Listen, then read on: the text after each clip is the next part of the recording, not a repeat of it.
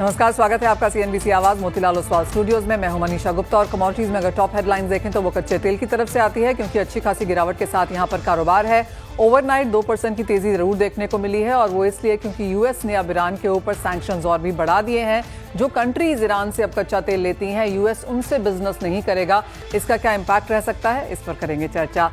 साथ ही बात करेंगे सोने की, जहां पर कल अच्छी खासी मुनाफा वसूली के बाद कुछ खरीदारी आज लौटते हुए नजर आई है, लेकिन यहां पर क्या है डिटेल्स ये भी बताएंगे। साथ ही बात करेंगे शुगर इंडस्ट्री की, जहां पर हमने एफआरपी तो बढ़ता हुआ देखा ही है, साथ ही साथ शुगर कंट्रोल के भी यहां पर नोटिफिकेशंस आए हैं। इसका चीनी की इंडस्ट्री पे क्या असर पड़ सकता है, इस पर भी करेंगे बात। इन सब पर चर्चा करने के लिए हमारे साथ हैं energy expert Narendra Taneja, commodity expert Dharmesh Bhatia, Pro Intellitrade Services के फाउंडर दिनेश सोमानी, और ब्रेक के बाद हमारे साथ होंगे इस्मा के डायरेक्टर जनरल दीपक बलानी। लेकिन शुरुआत कच्चे तेल के साथ कर लेते हैं, क्योंकि यहां पर प्राइसेस में जोरदार उठापटक देखने को मिली है। नरेंद्र जी नमस्कार। सबसे पहले यूएस और ईरान के बीच जो ये चल रहा है, कभी लगता है कि कुछ न्यूक्लियर डील साइन हो जाएगी, फिर हम और सैंक्शंस आता हुआ देखते हैं। अब जो यूएस ने कहा है कि ईरान से कारोबार करने वाली कंट्रीज यूएस से कारोबार नहीं कर सकती, आप इसे कैसे रीड कर रहे हैं और इसका इंडिया पे क्या इंपैक्ट है?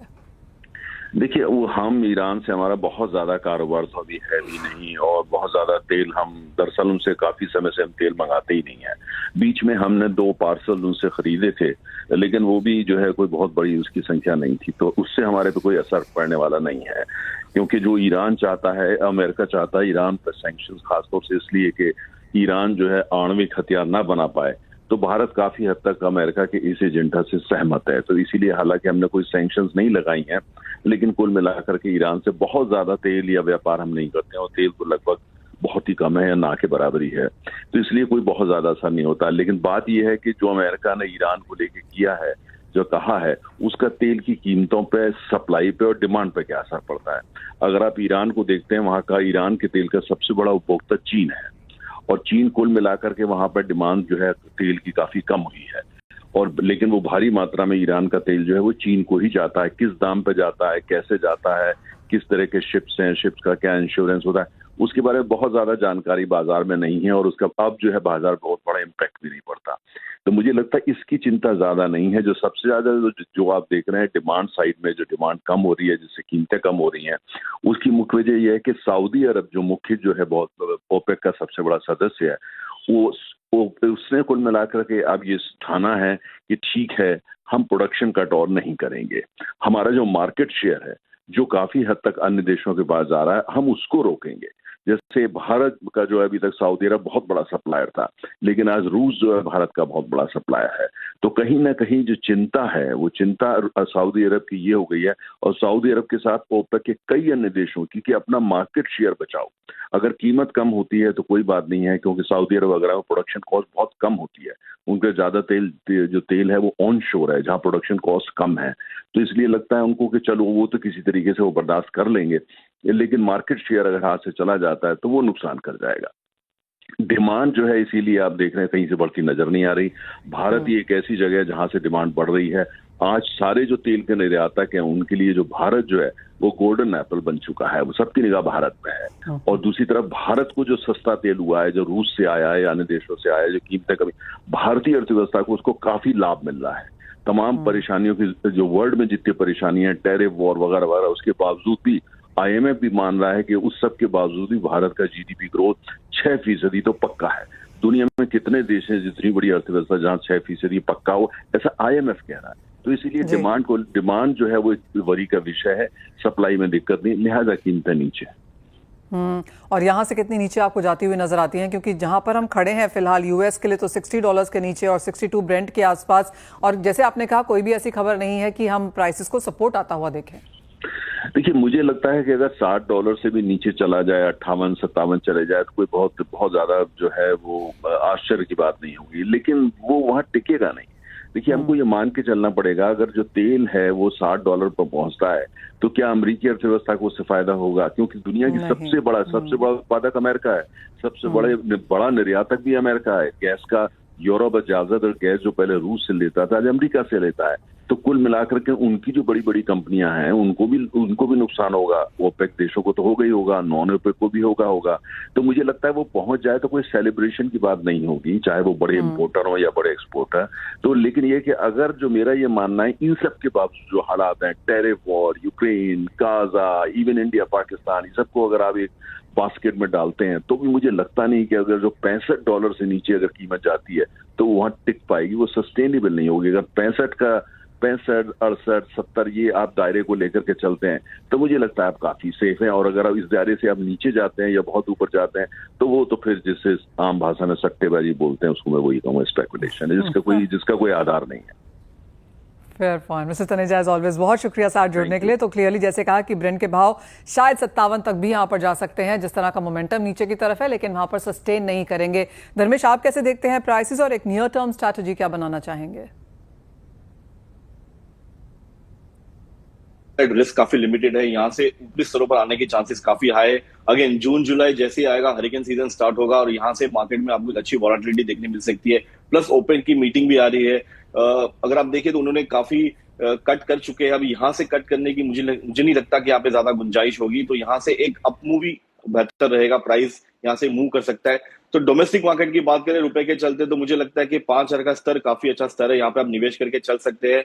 4,900 के स्टॉप लॉस है और अपसाइड रहेगा 5,300 से 5,400। अगर आप अंतरराष्ट्रीय मार्केट की बात करें तो मुझे लगता है कि ब्रेंट फिर से $65 और अगर आप WTI की बात करें तो अराउंड $62 के लेवल्स आपको फिर से देखने मिल सकते हैं। तो बाय साइड में रहने की मेरी सलाह रहेगी और मैं रेकमेंड करूंगा कि आप आगे के महीने में आप यहाँ निवेश करके चले।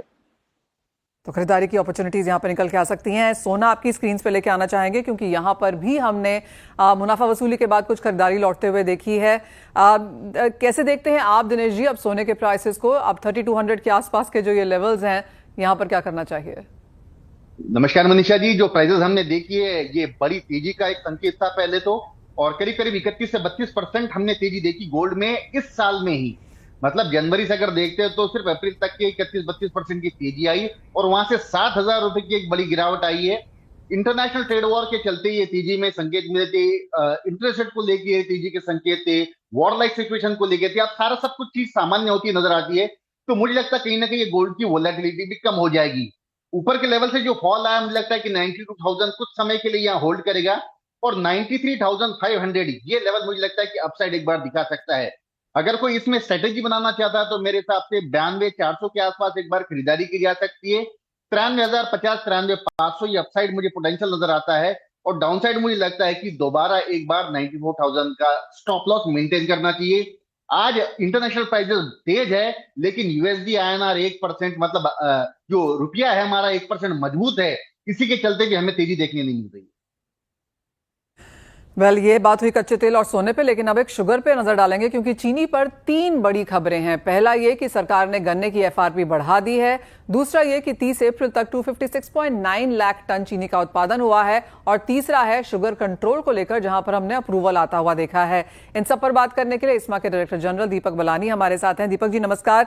शुरुआत यहां पर FRP के साथ ही कर लेते हैं और आई अंडरस्टैंड मुद्दा यही है कि FRP फिर से बढ़ गई है, लेकिन चीनी के दाम 3 साल से नहीं, 2019 ऑनवर्ड्स हमने बढ़ते हुए नहीं देखे हैं। किस तरह की कॉन्वर्सेशंस हैं? इस FRP की बढ़त का आपके ऊपर क्या असर पड़ेगा, इंडस्ट्री पे क्या असर पड़ेगा? धन्यवाद मनीषा जी। देखिए, सबसे पहले तो एज इस्मा और एज इंडस्ट्री हम FRP जो बढ़ाया है सरकार ने उसका हम वेलकम करते हैं और इनफैक्ट हमें लगता है कि इससे किसानों को अच्छा फायदा होगा और इसके लिए हम बहुत खुश हैं और ये बढ़नी भी चाहिए थी क्योंकि उनका इनकम भी हमको देखना है। इसका जो इम्पैक्ट आएगा, लगभग जो अभी 15 रुपए पर क्विंटल FRP बढ़ी है, अब हो गई है 355 रुपए पर क्विंटल, उससे लगभग 20,000 करोड़ एडिशनल पेमेंट जो है वो गन्ना किसानों को होगा। तो लगभग टोटल जो अगले साल जो 25-26 में जो उम्मीद है, लगभग 1.2 लाख करोड़ का जो है पेमेंट फार्मर को होगा। तो जैसे मैंने बताया कि अच्छी चीज है, बट आप भी बोल रहे थे और इंडस्ट्री की एक डिमांड रही है कि हमें FRP बढ़ाने से कोई तकलीफ नहीं है, बट क्योंकि हमारा इनपुट कॉस्ट जो FRP जो केन कॉस्ट है वो बढ़ जाता है, तो उससे कहीं ना कहीं उसका रिफ्लेक्शन जो है वो शुगर प्राइस पे और इथेनॉल रेट पे होना चाहिए। तो हमारी पुरानी डिमांड रही है कि जो MSP को मिनिमम सेल प्राइस और इथेनॉल रेट को लिंकेज स्टैब्लिश करना एफआरपी के साथ, वो बहुत ही। दीपक जी, आपको टोकना चाहेंगे बीच में और माफी भी चाहती हूँ, लेकिन इस वक्त वेव्स में नीता अंबानी बात कर रही हैं, उनसे सुन लेते हैं। On a common stage, my gratitude to Honorable Prime Minister Narendra Bhai Modi ji for his incredible vision for this summit and for his consistent, unparalleled leadership in taking India and Indian culture to the world.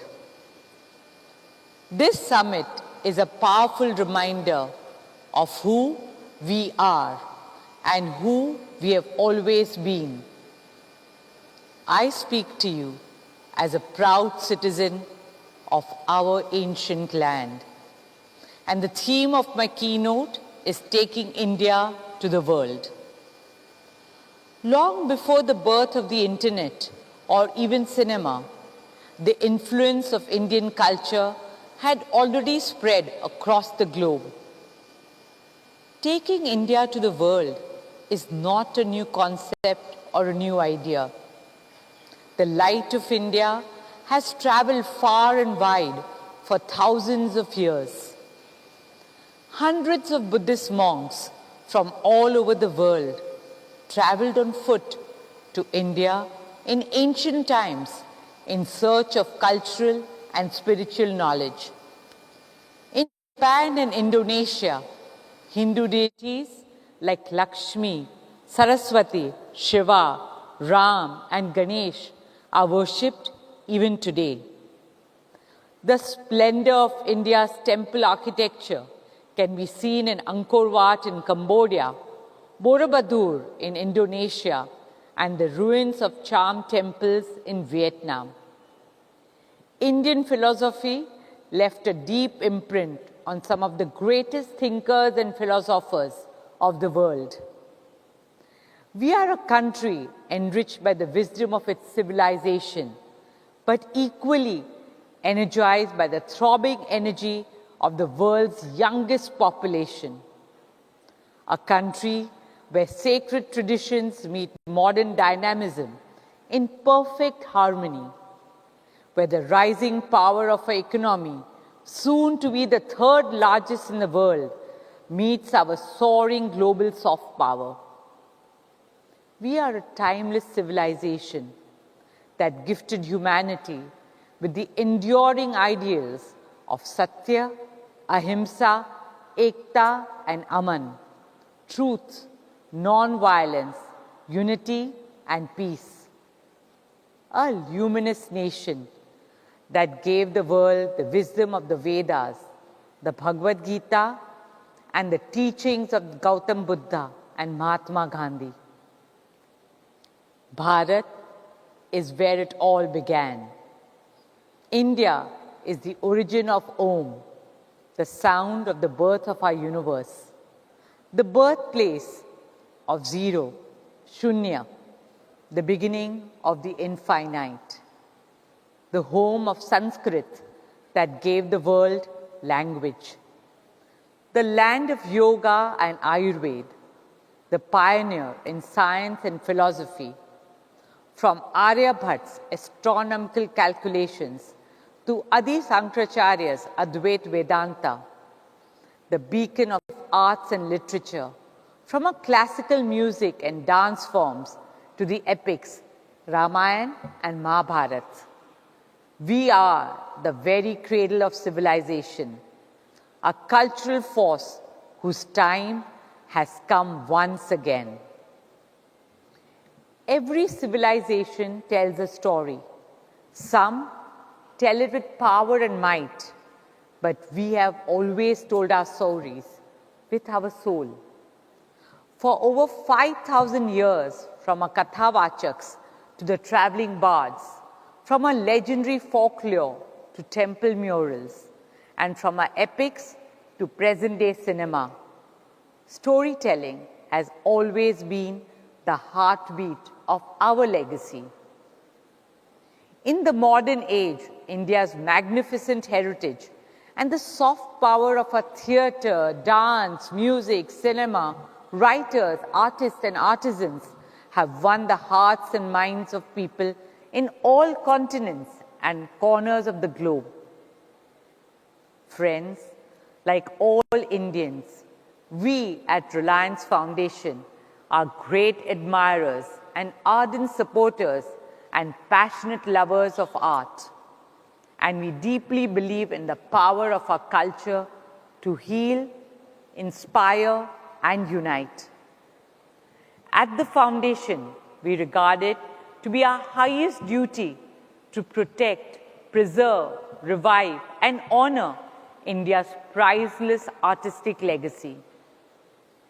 It is with this spirit that we started the Nita Mukesh Ambani Cultural Center 2 years ago. Our vision is to showcase the best of India to the world and bring the best of the world to India. With the same vision, we started Swadesh, our humble movement to encourage and promote India's age-old arts and crafts on the global stage. Swadesh honors our traditional artisans who have learnt at the feet of their fathers and grandfathers, and whose every weave, every carving, every brush carries not just the touch of the hand, but the memory of centuries. For instance, the Indian sari, which is one of the fondest expression of our tradition.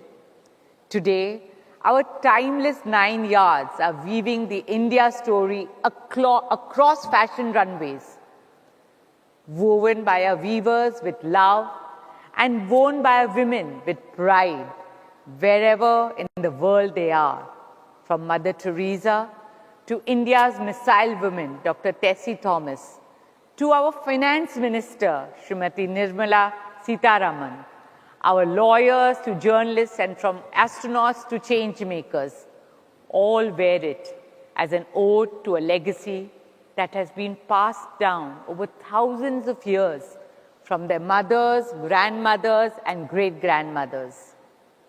That is the magic of our culture. It evolves without erasing. In most parts of the world, culture is something to be preserved. But in India, it is something we live every day. For us, it's not a memory frozen in time. It is our living reality. It flows like our rivers and breathes like a forest. Here in India, the modern does not compete with the ancient. It coexists in perfect harmony. And this is what Indian culture sets us apart. Our ability to hold contradictions with grace, to honor tradition and welcome transitions and transformations, to cherish our similarities and celebrate our differences. For centuries, India has gifted the world its wisdom, its beauty, and its soul. Somewhere along the way, our voice softened. But now it is rising again. And for that, we owe deep gratitude to our Prime Minister Modi ji, whose unwavering vision and leadership have reignited India's voice on the world stage with pride and purpose. From Yoga to Chandra.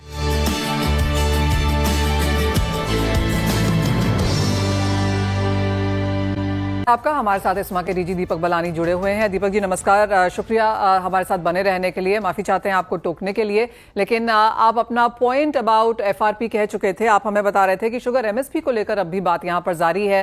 तो अगर 1.2 लाख करोड़ आपको 2025-26 में यहां पर किसानों को देना है, उसके सामने किस तरह की सेल्स करंट प्राइसेस के लिहाज से किस तरह का मुनाफा आप आते हुए देखते हैं? देखिए, पहली बात तो क्योंकि इनपुट कॉस्ट बढ़ गया, तो अब आप देखें 2019 में एमएसपी 31 रुपए डिफाइन हुई थी। उसके बाद लगभग 6 साल हो गया है, अभी तक एमएसपी रिवाइज नहीं हुई है। और लास्ट ईयर जो 340 रुपए पर क्विंटल एफआरपी था, तो हमारा कॉस्ट ऑफ प्रोडक्शन लगभग 41 रुपए था। अब लगभग क्योंकि ये 355 हो गया है और जो एक कन्वर्जन कॉस्ट भी बढ़ता है, तो मुझे लगता है कि ये काफी आगे जा सकता है, बेबी 42.5 तक के आसपास। अभी तक हमने कैलकुलेट नहीं किया है, बट एक हम वेटेड एवरेज लेके लगभग एक अप्रोक्सीमेटली 42.5 तक का फिगर आ सकता है। तो ये बहुत इंपॉर्टेंट है कि सरकार जो है एमएसपी को लिंक कर दे एफआरपी से, क्योंकि ये एक वाइबिलिटी भी आएगी मिल्स को, और जो केन पेमेंट हमारा फार्मर को होता है वो लगातार होते रहे, वो भी बहुत जरूरी है। और उसके साथ साथ बहुत जरूरी ये भी है कि इथेनॉल प्राइस जो लास्ट 2 साल में नहीं हुआ था, और अब अगर इसको भी हम देख लें, एफआरपी इंक्रीज हुआ है तो लगभग 16-16.5% इंक्रीज हो गया, और इथेनॉल रेट अभी तक इंक्रीज नहीं हुआ है। तो अब आने वाले सीजन में हमें पूरी उम्मीद है कि गवर्नमेंट इथेनॉल प्राइस को भी एफआरपी से लिंक करेगी और एक फॉर्मूला के तहत इथेनॉल रेट को रिवाइज करेगी, क्योंकि उसके ऊपर काफी डिपेंड करता है कि अगले साल कितना डाइवर्जन जो है वो इथेनॉल में होगा शुगर केन से। Fair point.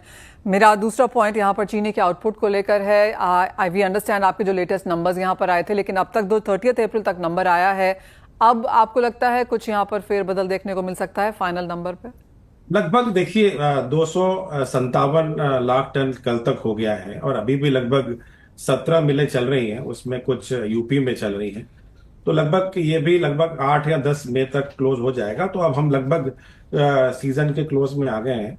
बट अब ये भी हमने बताया था कि लगभग 4 से 5 लाख टन जो है वो कर्नाटका में और तमिलनाडु में जो स्पेशल सीजन होता है, जो मिलें फिर खुलती हैं, वो भी ऐड होगा। तो हमें ऐसा लग रहा है कि जो 262 के आसपास आता वो फिगर दिख रहा है।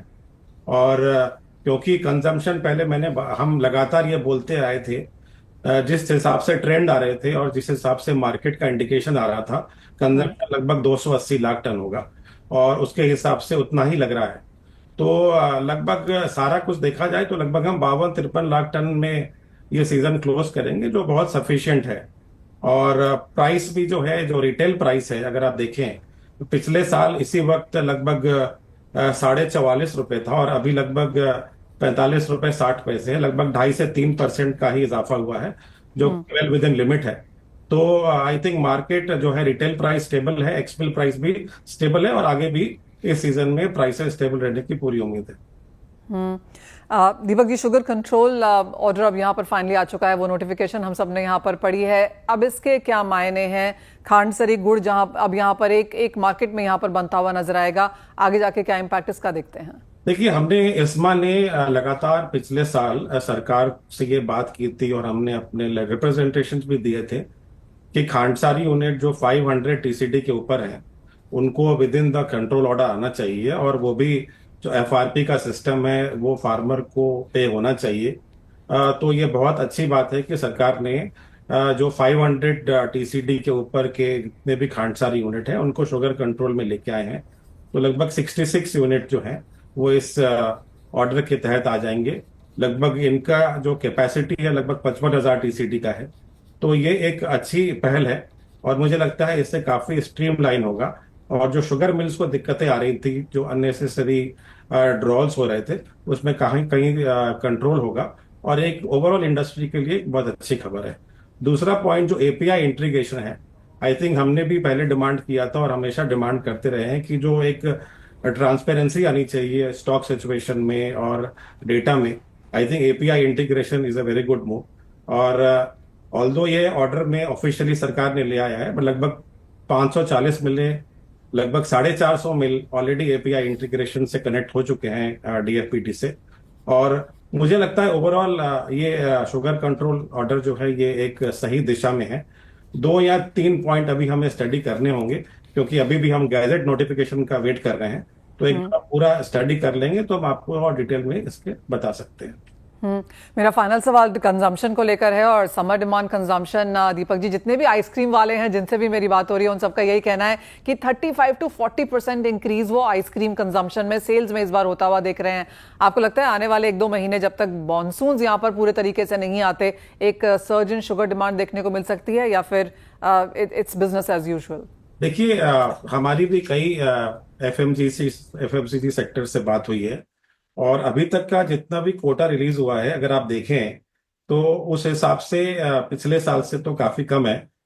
और अगले 4 महीने में अगर लगभग 90-95 लाख टन का हम उम्मीद कर रहे हैं, अभी तक लगभग 185 लाख टन का कोटा रिलीज हो गया और सेल भी लगभग उतना ही होने की उम्मीद है।